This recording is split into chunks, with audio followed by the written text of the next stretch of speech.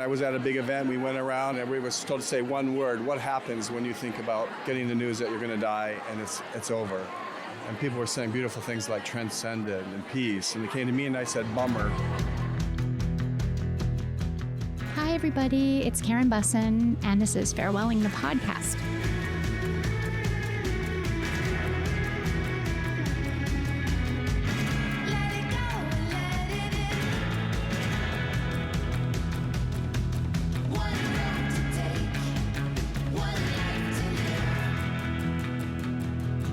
This is a special mini episode at Reimagine End of Life Festival in San Francisco.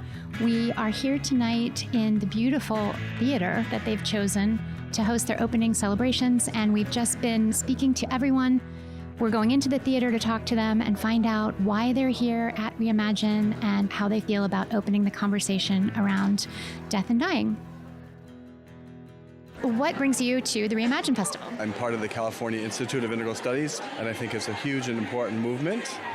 Well, I'm excited to be carving out a couple hours to think about a topic I usually don't spend much time thinking about. There's so many layered and complicated emotions around death, and I think tonight will help maybe reframe those and organize them in like a healthier, positive light. I lost 3 parents in a year and a half, and I realized how important this conversation was, and so I decided to leave my marketing job and join Reimagine, and now I run operations. I'm a pastor, and I do live work with people who are dying all the time, and so I'm looking for new ideas and inspiration. Well, one of my friends is attending, and she had an extra ticket. Okay, well, so you're sort of an unintentional visitor to this festival. Am. But do you ever kind of think about the fact that we're all going to die? I used to think about it a lot more. Okay. And I don't want to say I'm at peace with it. I think I just don't think about it as much. And have you ever shared with your loved ones like the things that you want for yourself whenever that time comes? I have, yes. And it's changed over time. Like when I was little, I wanted, to be in a cemetery with my family. And now I'm kind of like, I want to be cremated and be out and about. Now I've also heard something about being like under a tree, like Yes. going, and I think that's really lovely. There are so many options, and it is something that changes over a lifetime. You don't have to be necessarily committed just at one point to what you want. Mm-hmm. Yeah, my husband knows what I would want. There's a lot of ways that talking about death has a bit of a taboo in our culture because we're so life-affirming, and there's no real way in which we want to talk about something that makes us sad. Yeah. So instead we get to the end of our lives and we scramble because we didn't make good preparations. And then we have regrets, or we don't get to do it the way we wanted to do it. And I feel like if you can take hold of it and say, gosh, I got one chance to die like I had one chance to be born. How do I want that to go? I don't want to do it in a traditional way that my parents and grandparents did it. But if I don't start planning now and talking to other people that will tolerate talking about it with all the humor and all the mourning. And I was at a big event, we went around and we were told to say one word. What happens when you think about getting the news that you're going to die and it's over? And people were saying beautiful things like transcendent and peace. And they came to me and I said, bummer. Because I don't want to die. I agree with you. I don't want to die. I love my life. I don't want to miss out on anything. But I know it's going to come because I have a shelf life like everybody else does.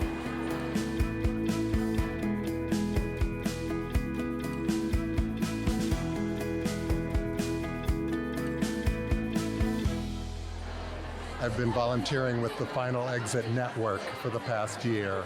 They support people who are looking to hasten their own death. So people who have been in pain, or they just don't want to be here anymore. Yeah. And it's pretty powerful, poignant, intense. Absolutely. I think my parents are sort of trying to emotionally prepare me for it because every time I go home to visit, they talk very casually about some logistical things, and they make like these pretty crude jokes. Like, oh, when we're old, just throw us in the dumpster is one of their favorite jokes. And it sounds like, it's like funny, haha, but there's a lot of meaning they're trying to impart, which is don't give up your whole life sustaining our lives, that sort of thing. So I think we're talking about it in an indirect way, and I would love to see my family, and I think we could all benefit from talking about things more honestly, vulnerably, and explicitly. Yes, I agree with you.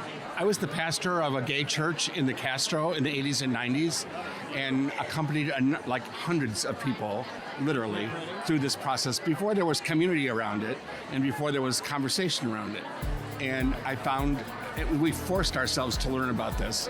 And these were people my age at the time, in our 20s, in our 30s.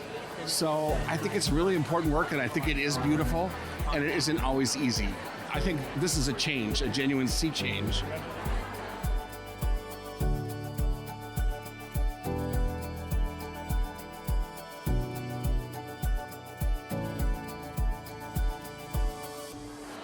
And I like to think that all the work that we did at that time, which was pioneering, contributed in some way to this opening. I had no idea that by talking about death, it makes me value every minute of every day and reprioritize constantly. So it's really about life. It's a good thing, Americans. Yeah. Talk about it, think about it, be open about it. Exactly. I think the whole concept of talking about death to live a better life, I think it's really cool. Like being Mexican, we always celebrated death. So it's something that was always talked about in our culture. So you grew up with an openness. And this is our time when we're getting ready to celebrate and honor the people that have gone ahead of us. Yes. So, Yeah. Dia de los Muertos. Yes. So about a month before, pretty much all October, we always had an altar at home. My mom would set up, and she would set up photos of our loved ones that have died. And you also brought things that they liked, like whether it was a favorite food, fruit, or something, photos to honor the memory. It's a real way of keeping their memory alive and celebrating the beauty, the things. About them. I think nowadays we have a lot of celebrations that kind of mimic that, but we make it about us.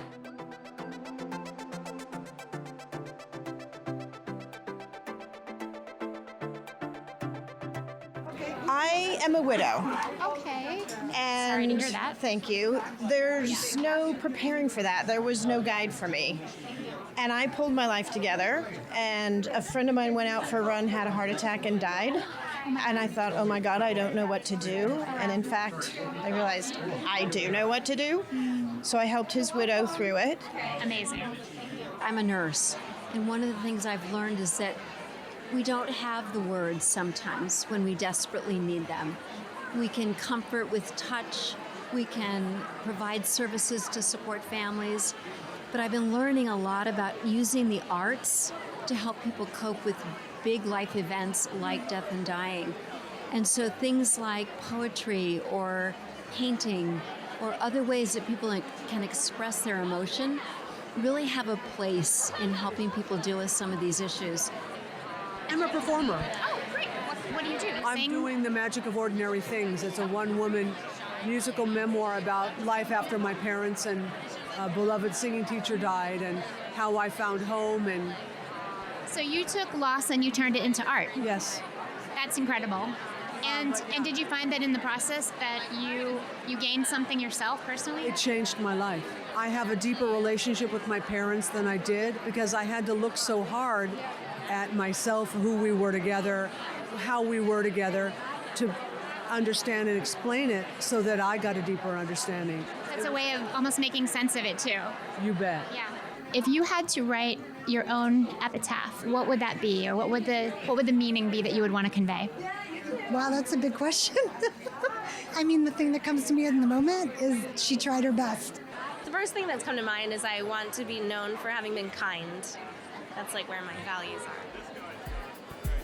Well, that was amazing. We just talked with so many people coming into the Sydney Goldstein Theater here in San Francisco for the Reimagine End of Life Festival, and we found out so many cool things about people's attitudes and changing times and changing attitudes, and it's been a thrill to be here. If you'd like to know more about the Reimagine End of Life Festival, join us at myfarewelling.com, where we'll have some extra content.